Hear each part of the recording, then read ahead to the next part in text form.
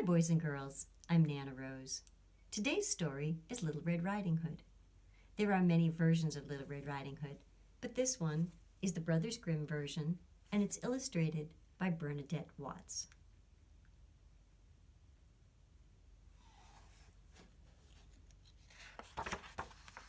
Little Red Riding Hood.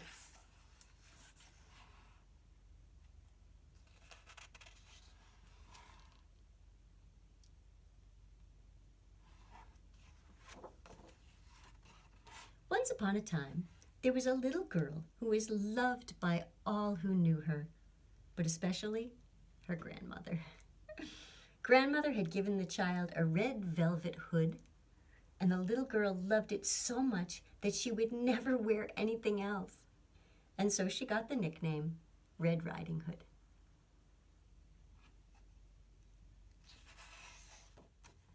One day, her mother said to her, "Little Red Riding Hood, take this cake and bottle of cordial to grandmother's.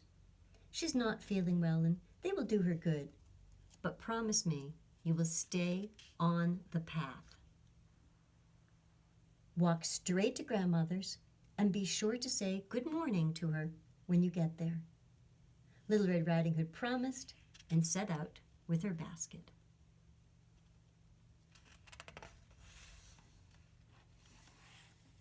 Grandmother lived in the woods, a half-hour's walk from the village.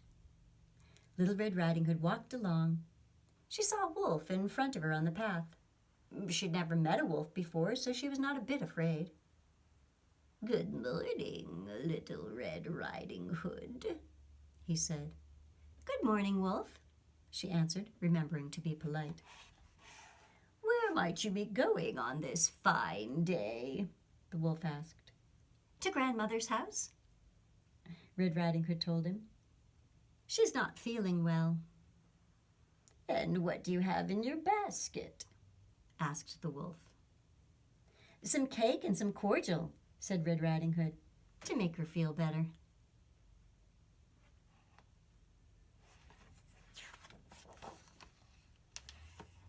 "Where does your grandmother live?"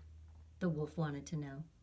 "Oh, a bit farther into the woods," Red Riding Hood told him. "Straight down this path." Thought the wolf. "This little girl will make a tasty treat. Indeed, much more tender than the old woman. I will have the old woman for dinner and this little morsel for dessert."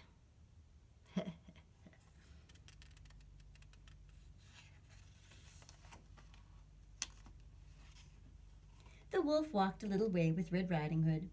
Then he said, "Look at all the lovely flowers. I am sure your grandmother would like to have some." Red Riding Hood looked at all the bright flowers dancing in the woods. "What a perfect gift for grandmother," she thought. "It is still early. I have plenty of time to pick a nice bouquet."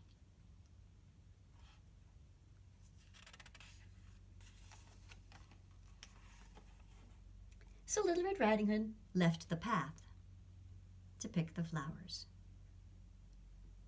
But each time she picked one, she saw another a little further on, and so she wandered deeper and deeper into the woods.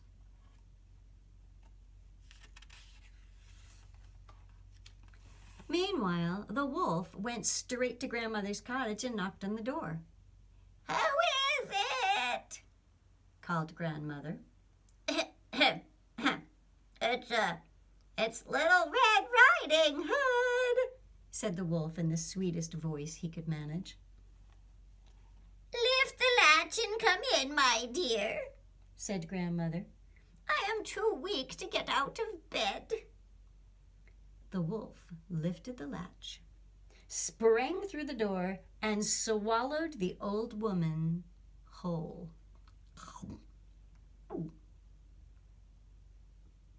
Then he put on her gown and nightcap, climbed into her bed, and drew the curtains.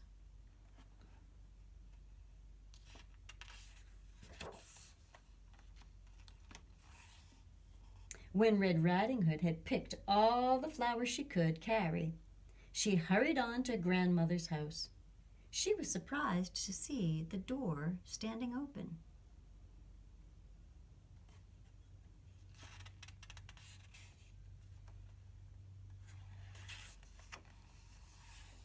"Good morning, grandmother," she called from the doorway.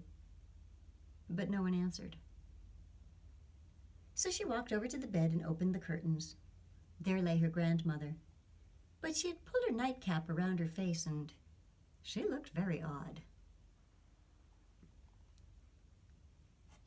Do you see the wolf with the nightcap on and the glasses on his nose?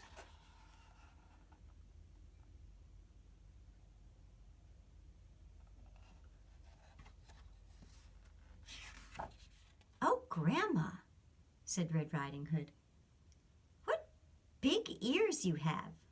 "Oh, the better to hear you with, my dear," said the wolf.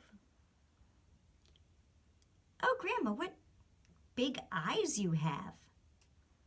"The better to see you with," said the wolf. "Oh, Grandma, what big teeth you have." "The better to eat you with, my dear," cried the wolf, and he swallowed Red Riding Hood right up. Then he crawled back under the covers for a nap.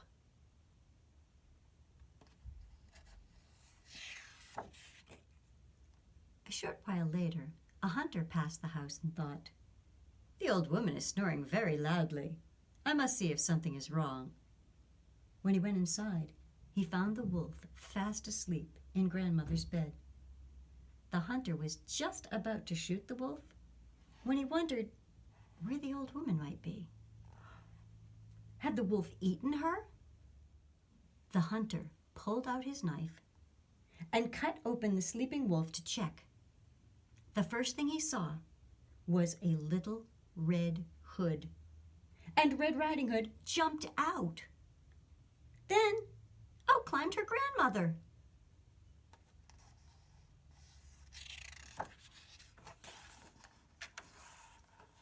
The hunter sent Red Riding Hood to gather some big stones. Then he filled the wolf with stones and sewed him back up.